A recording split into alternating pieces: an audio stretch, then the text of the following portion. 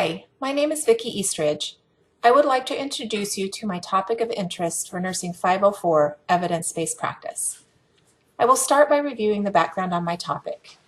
In response to both population health management and CMS financial incentives and penalties, some hospitals are choosing to invest large sums of money in e-health, web-based interactive education modules for use in the inpatient acute care setting. The World Health Organization defines e-health as a new term to describe the combined use of electronic communication and information technology in the healthcare sector, and patient interactive tools indicate the ability of the patient to access the information at their own pace in their own time. While there is ample evidence in the form of randomized controlled trials to support the use of patient interactive e-health tools to increase education in chronic conditions such as diabetes, congestive heart failure, and cancer, these studies have been isolated to the outpatient setting. There have been no published studies to date showing evidence that these tools will have the same impact in the acute care inpatient hospital setting. Today, hospitals are being held accountable for performance measures. Decreased lengths of stay, reduced cost of care, effective patient education for successful transitions of care after discharge, increased patient satisfaction, avoidance of 30-day readmissions. The bottom line is we are being challenged to get more information to patients in a more meaningful way and do so with less human resources over a shorter period of time. So where are we today?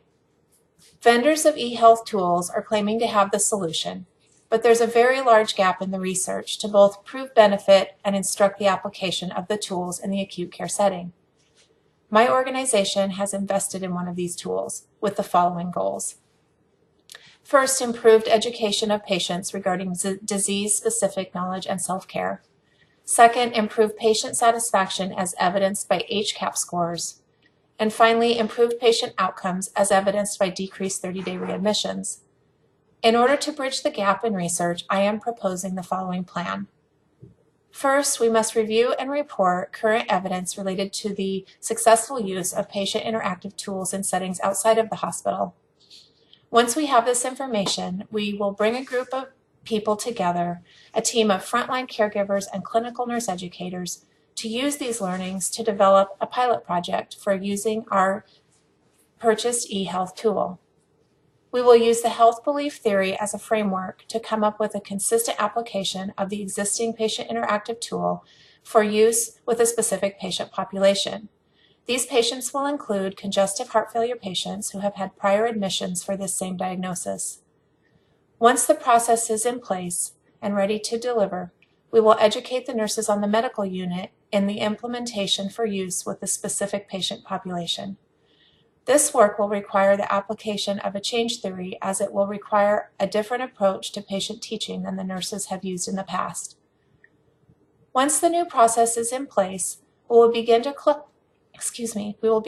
collect data on the efficacy of the new process by interviewing patients and asking them to compare their recent learning experience to prior experiences.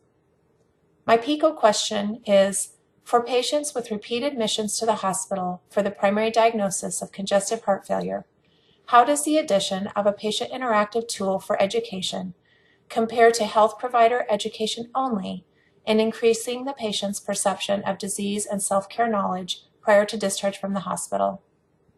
By constructing and testing specific applications for use of the patient interactive education tool in the acute care setting, we can ensure that nursing practice is evidence-based and effective.